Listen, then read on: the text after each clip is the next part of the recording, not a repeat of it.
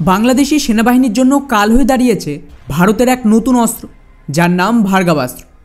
এটা এমন এক ধরনের হাতিয়ার যা বাংলাদেশের সো কল্ড গেম চেঞ্জার ড্রোনকে ঠিক সেমভাবে ধ্বংস করবে, যেভাবে দুদিন আগে মালদায় কয়েকজন ভারতীয় রুখে দাঁড়াতে লেজ গুটিয়ে সীমান্ত ছেড়ে পালিয়েছিল বাংলাদেশের বর্ডার গার্ড।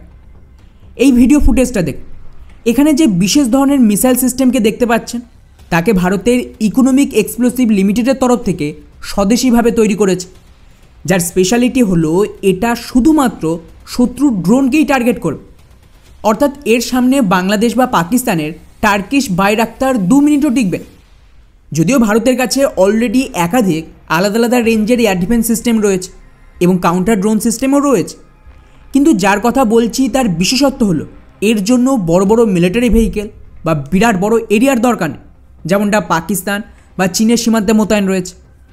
এখানে এই সিস্টেম কেবলমাত্র একটা ছোট 4 চাকা গাড়ি, যাকে আমাদের এখানে টেম্পো বা ছোট হাতি বলে, সেই রকম গাড়ির ওপরেও পুরো সিস্টেমকে যুক্ত করা সম্ভব।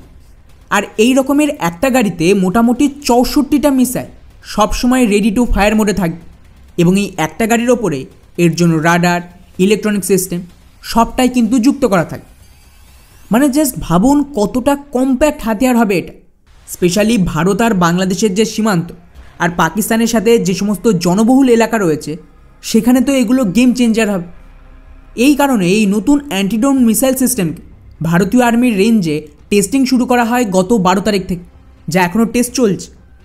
কিন্তু খুশির খবর হলো গত 12 তারিখে এর নর্মাল টেস্টিং হয়েছিল, যেখানে আলাদা আলাদা প্যারামিটারকে চেক করা হয় আর সবটাই সফল হয়েছে। কিন্তু অ্যাকচুয়াল টেস্ট হয় 13 তারিখে, যেখানে একটা মুভিং টার্গেট বা সোজা ভাষায় বললে একটা ড্রোনকে শ্যুট ডাউন করা হয় এবং পারফেক্টলি এটা তার টার্গেটে হিট করেছে। আর আপাতত এটাকে নিয়ে যে সমস্ত ইনফরমেশন পাবলিক করা হয়েছে তাতে এই সিস্টেমে 2 ধরনের মিসাইল থাকবে। একটা কমান্ড গাইডেড, যা 3 কিলোমিটার দূরেও ড্রোনের ওপরে অ্যাটাক করতে পারে। অন্যটা হলো সিকার গাইডেড মিসাইল, যা 5 কিলোমিটার দূর থেকে অ্যাটাক করবে। এবং এর যে রাডার সিস্টেম দেওয়া রয়েছে সেটা প্রায় 10 কিলোমিটার রেঞ্জের মধ্যে শত্রু ড্রোনকে ডিটেক্ট করতে পারে। আর এখানেই শেষ না, এগুলো এত ছোট সাইজের মিসাইল যে man portable anti tank missile অথবা ম্যান পোর্টেবল এয়ার ডিফেন্স সিস্টেমের মতন এটাকেও কিন্তু ম্যান পোর্টেবল বানানো সম্ভব। অর্থাৎ এটা man portable anti drone system. এবার জাস্ট ইম্যাজিন করুন যে বাইরাক্তার ক্যাটাগরির ড্রোনের বিরুদ্ধে জনবহুল এলাকায় এগুলো কতটা এফেক্টিভ হবে, যা মেইনলি পাকিস্তানের বিরুদ্ধে আর বাংলাদেশের বিরুদ্ধে কাজে আসে।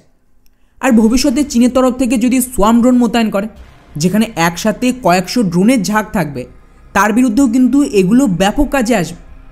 আর যে ধরনের পরিস্থিতি বাংলাদেশের সীমান্তে তৈরি হয়েছে তাতে ভবিষ্যতে এখানে পাকিস্তানের সীমান্তের মতনই আতঙ্কবাদীরা ড্রোনের মাধ্যমে হাতিয়ার সাপ্লাই অথবা নজরদারিও চালাতে পারে। তখন এই জাতীয় সিস্টেম ব্যাপক কাজে আসবে ভারতে। এখন সময় হয়ে গেছে যে ভারত এই জাতীয় অ্যান্টিড্রোন সিস্টেমকে সীমান্তে মোতায়েন করুক, তবেই বোঝা যাবে কার দম কত দূর।